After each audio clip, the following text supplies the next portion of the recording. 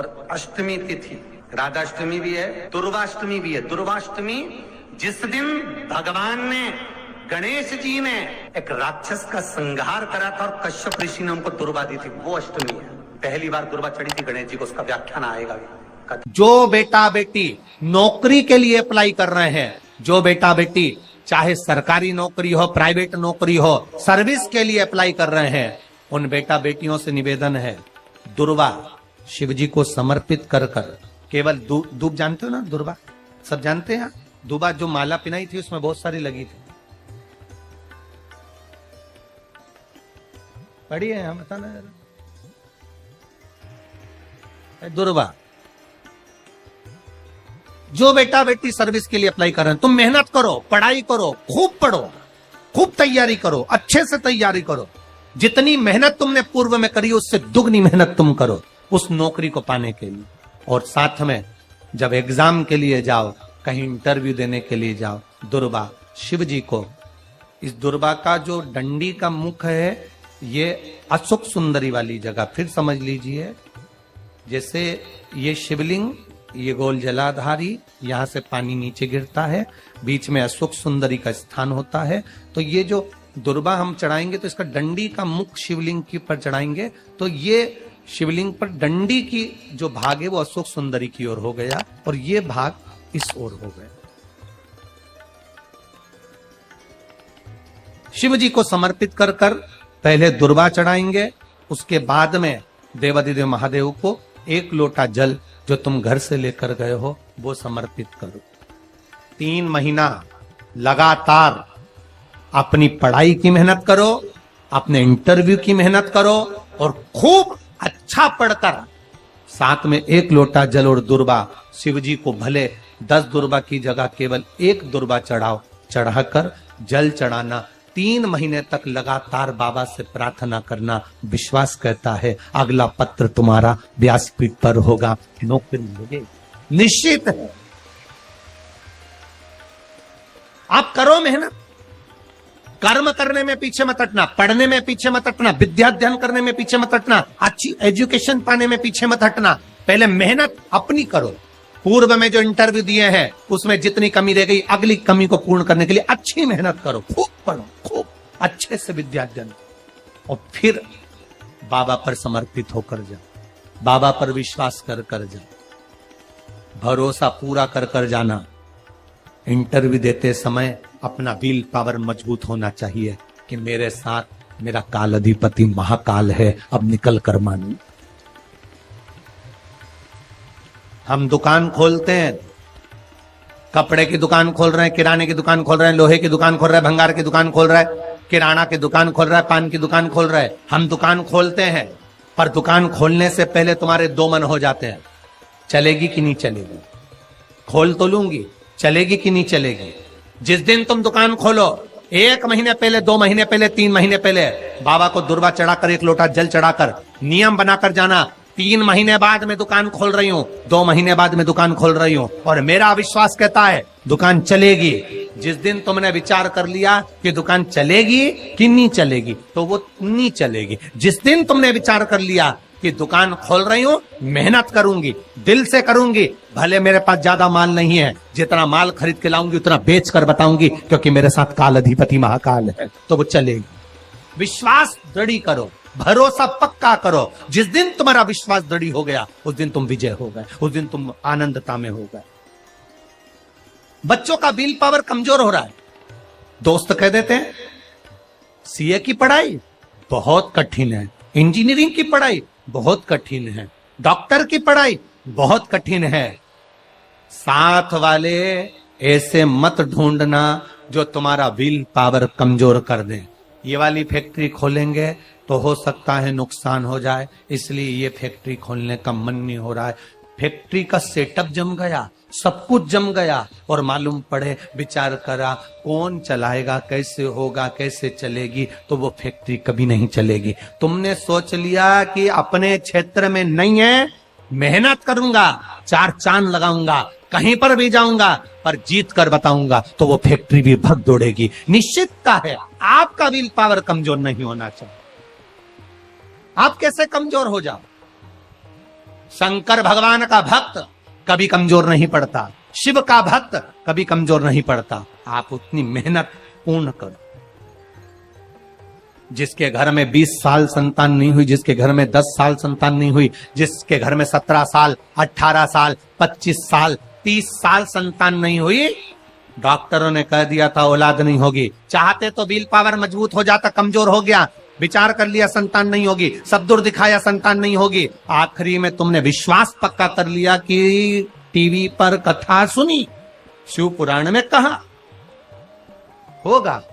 जब उसको भगवान ने 17 साल में संतान दी है, तो मुझे तो 4 साल शादी के हुए हैं, 5 साल हुए हैं, मेरा बाबा मेरी झोली भरेगा। विल पावर मजबूत हुआ और बाबा ने औलाद दे दी। तुम विश्वास पक्का करो, दड़ी बनाओ, अपने विश्वास को दड़ी बनाओ। जिस दिन तुम्हारा विश्वास दड़ी हो गया, उस दिन तुम्हें कहीं डोलना नहीं पड़ेगा। शंकर तुम्हारे साथ में कदम से कदम मिलाकर चलेगा। दुकान डालो, चाहे फैक्ट्री डालो, चाहे व्यापार करो, चाहे पढ़ाई करो, दिल से करो, खूब दमदारी से उतरो। उसके बाद में फिर शिव जी पर एक बेल पत्र या एक, जम के बोलो, क्या ये दुर्वा, एक दुर्वा, एक सबसे पहली दुर्वा, सबसे पहली दुर्वा गणेश जी को, और सबसे पहली दुर्वा शंकर जी को किसने समर्पित करी थी? किसने दी थी? कौन का विल पावर कमजोर हो गया था? कौन का विल पावर कमजोर हो गया था? कौन अपने आप को कमजोर समझने लगा था? कौन था जिसके पास सब कुछ था और उसके बाद भी उसका मन उदास हो गया था? वो था कुबेर, धनपति कुबेर, जिसके पास में सत्ता की कमी नहीं थी, बेबहू की कमी नहीं थी, धन की कमी नहीं थी, संपदा की कमी नहीं थी। वो कुबेर जो एक जगह बैठ जाए तो लोगों का कुबेर का भंडार भर दे।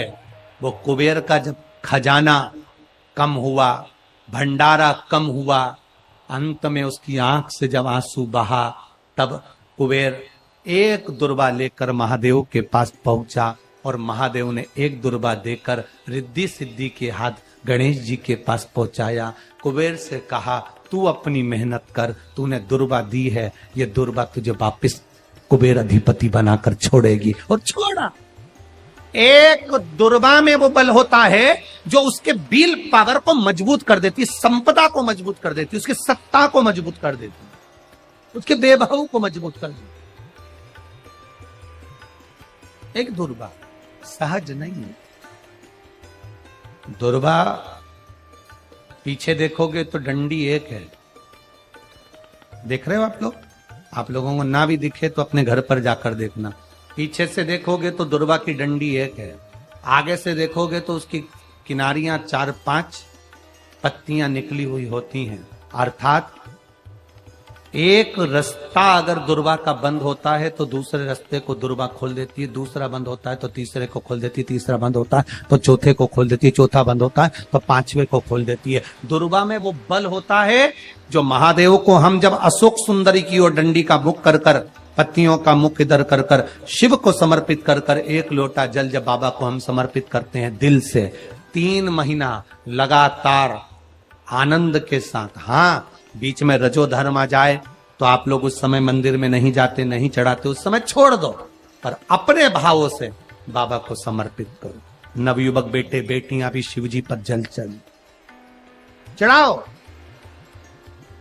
करो शंकर का गुणगान। इस वर्ष देश और विदेश में 10th और 12th का एग्जाम बच्चों ने दिया और सबने महादेव पर विश्वास कर कर दिया। एक लोटा जल और एक बेलपत्री पर शहद लगाकर शंकर का स्मरण कर कर अपनी विद्या के साथ में दिया। और जिसने दिल से 10th 12th का एग्जाम दिया और बाबा पर भरोसा कर कर दिया, खूब मेहनत कर कर दिया, उनका रिजल्ट मेरे बाबा ने अच्छा बनाया और अच्छा दिया। वो बेटा बेटी बड़े खुश हुए, प्रसन्न हुए, आनंद में हुए। आनंदता। आपके बल को मत गिरने दो, आपके विश्वास को मत गिरने दो। विश्वास दृढ़ी रखिए, जितना दृढ़ी हो सकता है उतना। रोग आए गया, बीमारी आ गई, कोई बहुत बड़ी बीमारी घर में आ गई है, तकलीफ बढ़ गई है, विल पावर मत गिरने देना। आ गई ना बीमारी, आपको कथा में पहले कहा था, सबसे कठोर लोहा होता है। लोहे की तलवार बनती है, गुप्ती बनती है, बंदूक बनती है, तलवार से लोगों को मारा जाता है। सबसे कठोर लोहा, लोहे से ज्यादा कठोर होती है अग्नि, जो लोहे को गला देती है। कठोर कौन है? लोहे से ज्यादा, बोलो बोलो, अग्नि। अग्नि से कठोर होता है पानी। एक लोटा पानी डाला, अग्नि बुझ गई। लोहे से कठोर अग्नि, अग्नि से कठोर पानी। पानी से कठोर होता है मनुष्य, जो लोटा भरकर निगल जाता है।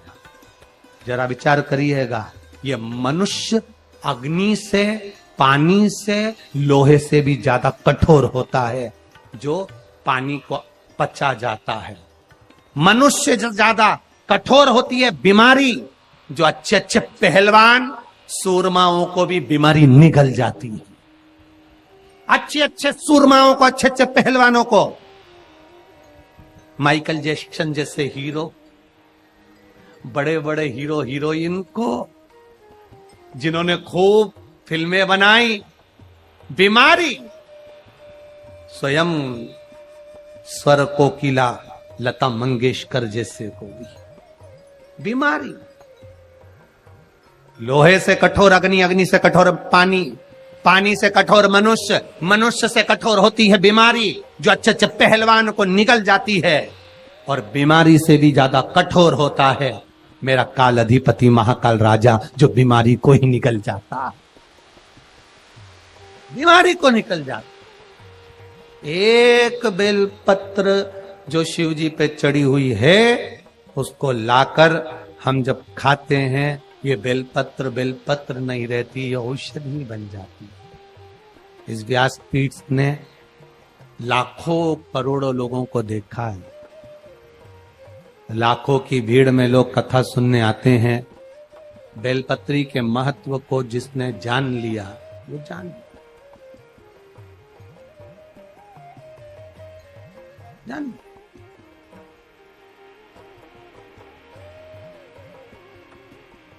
जिसने खाया उसको मालूम पड़ा। हाँ, किसी किसी के मुंह में खाने से छाले पड़ जाते हैं, या छार छार मुंह हो जाता है, नहीं खा पाते, तो शिवजी पे चढ़ी हुई बेलपत्र को लाकर सुखाकर चूरा बनाकर उसकी गोली बनाकर रख लो, पानी से निगल लो।